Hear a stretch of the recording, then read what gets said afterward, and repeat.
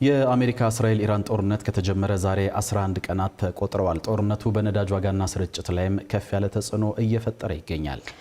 ጥናቶች እንደሚያሳዩት 20 በመቶ የዓለም የነዳጅ ስርጭት በጦርነቱ ምክንያትም ተስተጓጉሏል። ሪፖርተራችን ኤርሚያስ በጋሻው ይህንንና ሌሎች የጦርነቱን ተጽዕኖዎች በተከታዩ ዘገባ ዳስሶታል። አሜሪካና እስራኤል በኢራን ላይ ጥቃት ከከፈቱ ኢራንም ከአሜሪካ ጋር ግንኙነት አላቸው ባለቻቸው ጎረቤቶቿና እስራኤል ላይ የመልስ ምት ከጀመረች ዛሬ 11ኛ ቀን ተቆጠረ።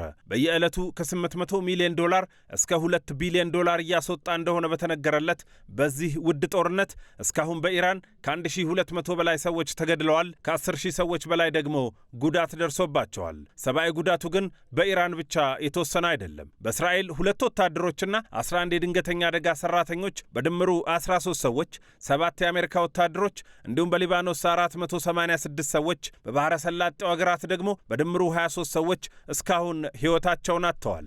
ሰብአዊ ጉዳቱ በዚህ ልክ የቀጠለው ጦርነቱ የዓለምን ምጣኔ ሀብታዊ እንቅስቃሴ ይልቁንም የነዳጅ ዝውውርና ገበያን ክፉኛ እየናጠው እንደሚገኝ ዘገባዎች ያሳያሉ። ራፒዳን ኢነርጂ የተሰኘ በነዳጅ ሀብት ላይ ምርምሮችን የሚያቀርብ ዓለም አቀፍ የጥናት ተቋም የኢራን ጦርነት እስካሁን በታሪክ ትልቁ የነዳጅ አቅርቦት መቋረጥ ምክንያት እንደሆነ ገልጿል። በጎርጎሮሳውያኑ 1953 በተፈጠረው የሱዌዝ ካናል ቀውስ፣ በ1978ቱ የኢራን አብዮት፣ በ1990ዎቹ የባህረ ሰላጤው ጦርነት እንዲሁም በ1973ቱ የአረብ የነዳጅ እገዳ ወቅቶች ሁሉ ከዓለም የነዳጅ አቅርቦት ስርጭት የተቋረጠው ከ10 በመቶ አላለፈም ነበር። አሁን 20 በመቶ የዓለም የነዳጅ አቅርቦትና የሌሎች ምርቶች ስርጭቶች ተቋርጠዋል። ለዚህ ትልቁን ድርሻ የሚይዘው ደግሞ የሆርሙዝ ሰርጥ መዘጋት ወይም ግዙፍ መርከቦችን የሚያንቀሳቅሱ ድርጅቶች በመስጋታቸው እንደሆነም ተዘግቧል። አሁን 20 በመቶ የዓለም የነዳጅ አቅርቦትና የሌሎች ምርቶች ስርጭት ተቋርጧል። ለዚህ ትልቁን ድርሻ የሚይዘው ደግሞ የሆርሙዝ ሰርጥ መዘጋት ወይም ግዙፍ መርከቦችን የሚያንቀሳቅሱ ድርጅቶች በሰርጡ ለማለፍ በመስጋታቸው እንደሆነ ተዘግቧል። በኦማንና በፋርስ ባህረ ሰላጤ መካከል የሚገኘው የሆርሙዝ ሰርጥ በዓመት ከ33,000 በላይ መርከቦች የሚተላለፉበት ነው። 20 በመቶ በባህር ላይ የሚንቀሳቀስ ነዳጅ እንዲሁም 11 በመቶ የባህር ላይ ንግድም የሚተላለፈው በዚህ ወሳኝ መስመር ነው። 11ኛ ቀኑን የያዘው ጦርነት ይህ መተላለፊያ እንዲዘጋ ወይም በመርከብ ኩባንያዎች ላይ ስጋት እንዲፈጠር በማድረጉ ነዳጅ ከረዥም ጊዜ በኋላ በበርሜል እስከ $120 ሲገበያይ ከርሟል። ነገር ግን የአሜሪካው ፕሬዝደንት ዶናልድ ትራምፕ እየተሳተፉበት የሚገኘው ጦርነት በቶሎ እንደሚጠናቀቅና በአንዳንድ ሀገራት ላይ የተጣሉ ማዕቀቦች እንደሚነሱ የጠቀሱባቸውን ንግግሮች ተከትሎ የነዳጅ ዋጋ በበርሜል ወደ $90 ወርዷል። We're also waiving certain oil-related sanctions to reduce prices. የነዳጅ ዋጋ እንዲቀንስ ከነዳጅ ጋር የተገናኙ ማዕቀቦችን እያነሳን ነው። ማዕቀብ የጣልንባቸው አንዳንድ ሀገራት ነበሩ። ችግሩ እስኪፈታ ማዕቀቦችን እናነሳላቸዋለን።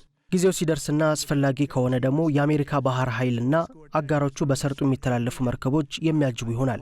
በዚህ በመሳተፋችን ኩራት ይሰማናል እና በአጭር ጊዜ ይጠናቀቃል። በድጋሚ ከጀመሩት ግን በከፍተኛ ሁኔታ ይመታሉ። ይህ እንዳለ ሆኖ በጦርነቱ የመጀመሪያ ቀን ሲጠቀስ እንደነበረው በኢራን የአገዛዝ ለውጥ ማምጣት በቀላሉ የሚሳካ እንደማይሆንም እየተስተዋለ ይገኛል። በሰሞኑ የእስራኤልና አሜሪካ ጥቃት የመጀመሪያ ቀናት የተገደሉትን አያቶላህ አሊ ሐሜኒን በመተካት ልጃቸው ሞጅተባይ አሊ ሐሜኒ የኢራን ሃይማኖታዊ መሪ ሆነው መሾማቸውን የተመለከቱ መረጃዎች ከቴህራን ወጥተዋል። በጥቃቱ አባታቸውን ብቻ ሳይሆን እናታቸውን፣ እህታቸውንና ባለቤታቸውን ጭምር ያጡት አያቶላህ ሞጅተባይ አሊ ሐሜኒ በአዲሱ ኃላፊነታቸው እስካሁን በአደባባይ አልታዩም። ሕዝባቸው ግን በቴህራን ጎዳናዎች ወጥቶ ድጋፉን ገልጾላቸዋል።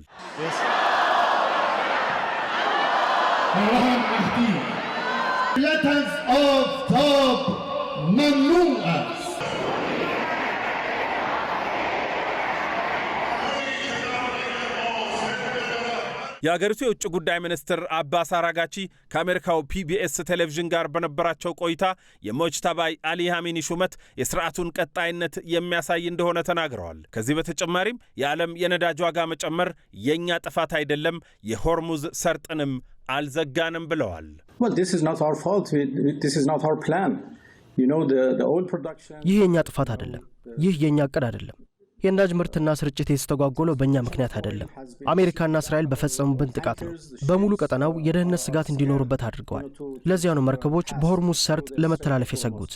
እኛ የሆርሙዝ ሰርጥን አልዘጋንም።